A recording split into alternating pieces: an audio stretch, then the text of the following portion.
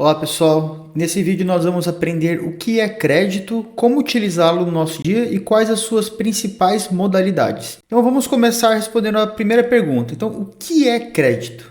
Fazendo uma análise etimológica, nós vemos que o termo vem do latim, que significa credere, ou seja, confiar. Tá? Então, sempre que a gente ouvir falar da palavra crédito, nós temos que fazer uma associação com a palavra confiar, né? Então, o ato de ter confiança para com outra pessoa, tá? Basicamente, o que significa você tomar crédito? Você precisa de recursos hoje para financiar algum empreendimento, seja um novo negócio, seja resolver alguma emergência, enfim. Mas você não tem esses recursos hoje. Então, o que você vai fazer? Você pode pedir emprestado para uma pessoa, algum colega, amigo ou um familiar, ou se não, entrar em contato com uma instituição financeira e receber esses recursos. Então você vai estar antecipando recursos que, do contrário, se não fosse por essa operação, você teria que trabalhar alguns meses ou talvez algum período maior, poupar e acumular isso ao longo desse tempo. Só que às vezes você não tem muito tempo, você tem uma necessidade mais urgente. Então você precisa do crédito, tá? Não necessariamente o crédito, né, essa concessão de recursos, ela é só por recursos financeiros. Na grande maioria das vezes é recursos financeiros, porque esses recursos nós conseguimos adquirir outros recursos ali do que a gente está precisando, seja para uma obra, seja para um negócio, enfim. Então, sempre que a gente ouvir a palavra crédito, a gente tenta fazer a correlação com confiança. E como que funcionou o crédito ao longo da história? Os primeiros vestígios foram a antiga civilização da Mesopotâmia. Então a gente está falando ali de mais ou menos alguns milhares de anos antes de Cristo. E o que aconteceu? Tinham alguns agricultores que eles não tinham ali os recursos, provavelmente grãos ali para fazer a plantação, mas eles tinham terras e tinham o know-how de como fazer esse processo. Então o que eles faziam? Pediam emprestado para aqueles que tinham e prometiam pagar ali com um adicional depois da colheita. E assim todo mundo sairia ganhando. Então esse é um caso ali que a gente viu que o crédito de recursos foi feito sem ali termos financeiros, né? Já na Grécia Antiga e na Roma, o crédito também existia, mas aí já começou a ficar um pouco mais sofisticado. Já tinham ali alguns estabelecimentos comerciais ali um pouco mais focados nisso, e alguns deles exigiam a garantia de terras ou de outros bens, porque assim você diminuía o risco caso a pessoa não pagasse o recurso no futuro. Na Idade Média e no início da modernidade, o crédito ele foi fundamental para financiar empreitadas como as grandes navegações. Então você tinha ali pessoas dispostas à empreitada, né? Você tinha ali os líderes navegadores, você tinha ali a tripulação, só que eles não tinham os recursos para fazer aquilo. Então muitas vezes eles recorriam a outros, a terceiros para obter esses recursos, né? Na forma de crédito, prometendo quando retornassem, se retornassem, que iriam pagar-lhes a parte devida.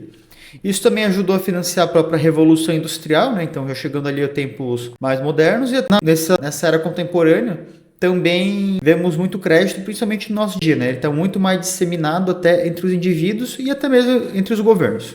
E como que o crédito é concedido? Então tem alguns critérios de análise. O primeiro dele é saber o histórico de pagamento daquela pessoa que está querendo crédito. Ela, pelo registro de pagamentos, né, que isso é compartilhado entre os bancos e até as empresas quando recebem calote, cadastram o nome da pessoa no SPC Serasa. Se a pessoa ela tiver uma má fama de pagamento, uma fama quer dizer de dar calote nos estabelecimentos, o score dela vai cair e na hora que as instituições forem consultar a possibilidade de conceder crédito para elas, dificilmente elas vão conseguir, ou se conseguir vai ser com juros mais altos. Se ela tem renda comprovada, é uma coisa que ajuda bastante, porque ali, pensando pelo lado da pessoa que está emprestando dinheiro ou a instituição financeira, isso sinaliza que tem menos riscos de ela não pagar. É claro que também tem análise disso.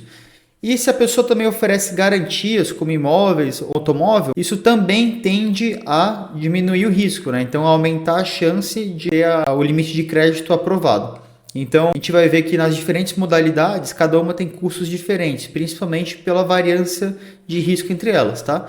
E quais são as principais modalidades? Temos o cartão de crédito, que é o mais presente no nosso dia, juntamente com o cheque especial, que está presente também, mas na parte da conta corrente. Empréstimo pessoal, crédito consignado, financiamentos, crédito empresarial para capital de giro e consórcio, tá? E eu vou bater cada um deles nos próximos slides. O cartão de crédito, ele é bem prático porque ele nos permite parcelar nossas compras sem juros no curto prazo e também estender um pouco o pagamento, né? Curto prazo, então eu estou falando provavelmente um mês mais ou menos, ou dependendo da quantidade de parcelas, até um ano, tá? Então, quando a gente fala de curto prazo, normalmente é até um ano, ok? Você paga a fatura em dia, você não paga juros. Isso é uma coisa importante no cartão de crédito. Então, a gente vê que pode ser uma ferramenta interessante dependendo do que a gente quer fazer. Entretanto, se você não paga a sua fatura em dia, aí você entra na situação de crédito rotativo. Então, o que é o crédito rotativo? Vou pegar um exemplo aqui, uma situação fictícia. Vamos supor que eu, Kaique, no mês de setembro, realizei gastos no cartão de crédito no valor de R$ 3.000. Isso no mês de setembro. A minha fatura fechou no fim do mês e eu tenho que pagar ela em outubro. Vamos supor que no dia 5. No dia 5 eu tenho que pagar R$ 3.000 para o banco. Se eu não tenho esse valor, eu posso pagar menos, né? Então eu quero pagar R$ 1.000. Eu abati R$ 1.000 ali, que 2.000 vão continuar como dívida. E é isso que o banco vai considerar. Que esses 2.000 agora seriam como se fosse um tipo de empréstimo que ele estivesse me concedendo. E esses 2.000, então, ele vai cobrar juros, que são os juros do crédito rotativo, tá? E eles são altíssimos. Então, se você está pensando entre pagar a fatura ou de repente deixar parcelar pouco, eu recomendo fortemente pagar ela integralmente, porque os juros são muito altos. Outro perigo do cartão de crédito é quando a pessoa não tem uma educação financeira e uma disciplina muito boa, ela acaba achando que a renda total dela é o salário dela mais o limite do cartão de crédito, o que não é verdade. A renda dela é o que ela recebe de fato. Mas se ela recebe R$ 1.100 por mês, como no caso de algumas pessoas que trabalharam comigo quando eu estava no exército, e eu vi muito isso com os recrutas. Alguns deles recebiam R$ 1.100, só que tinha um limite de R$ 1.000. Tem uma tendência da pessoa achar que ela recebe ali R$ 2.100, mas como eu disse, isso não é verdade. E algumas pessoas, inclusive, acabavam caindo nessa armadilha de gastar o salário e o resto no cartão de crédito e no mês seguinte já começar zerado. E isso é um problema, porque pode gerar endividamento muito rápido. E o cheque especial, o que ele é? Ele é um limite automático vinculado à nossa conta corrente. Você pode pedir para o banco para adicionar isso ou para cancelar isso, porque ele é um dos créditos muito caros no mercado. Ele é prático. Você tem R$ 1.000 na sua conta, na sua poupança, gastou esses 1.000, mas tem mais R$ 2.000 de limite de cheque especial. Se você utilizar isso, você vai pagar juros diários sobre esse valor. E é aí que o banco ganha dinheiro, porque você vai estar pagando juros e na hora que você tiver que pagar por isso, vai sair caro. Então, ele é de fácil acesso, mas também, tal qual o cartão de crédito, se você não souber usar, você acaba virando ali um toleiro, tá? Então, na verdade, o cartão de crédito a gente usa ele de forma consciente, e o cheque especial eu recomendo nem usar, tá? Se você tem condição, nem usa o cheque especial, porque você já vai começar o mês ou o período no negativo. O que é um empréstimo pessoal? É quando você, vou supor aqui uma pessoa que tem um score bom de crédito, paga as contas em dia, e ela chega no banco pedindo empréstimo pessoal. Ela não tem garantia para oferecer, então normalmente os juros são elevados, tá? Normalmente as pessoas buscam outros tipos de financiamento por crédito porque os juros dessa modalidade costumam ser altos, tá?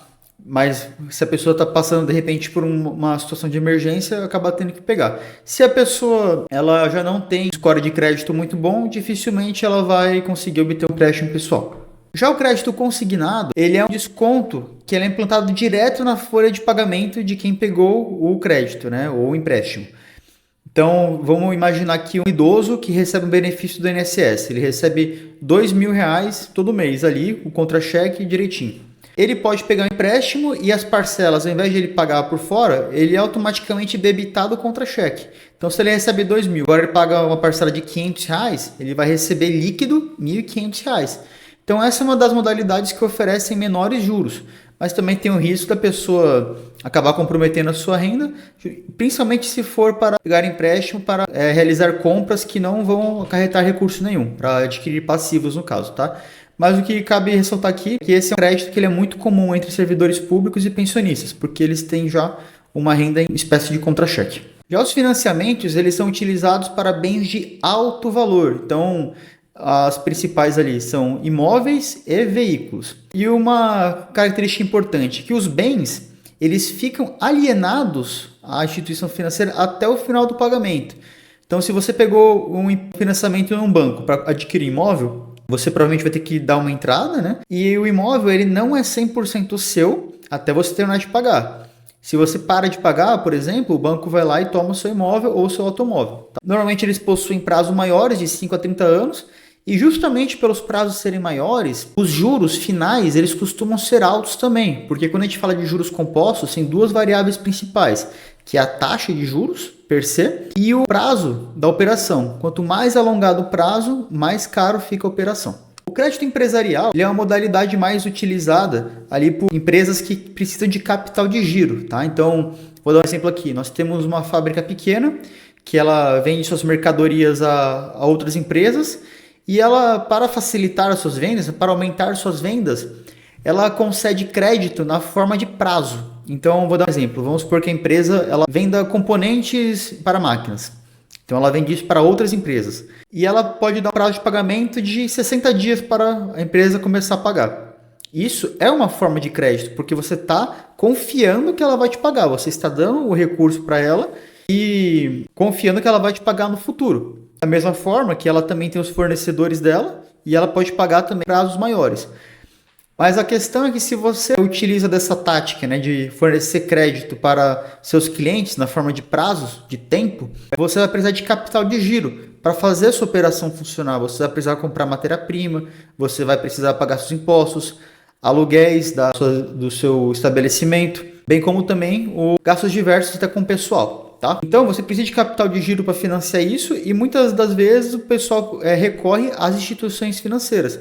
Se a empresa tem um bom histórico de pagamento e se ela se compromete a pagar em curto prazo, às vezes ela pode conseguir taxas vantajosas ou não, mas normalmente isso acontece, isso é bem comum entre as empresas. E se isso for mal planejado, isso leva a empresa à insolvência.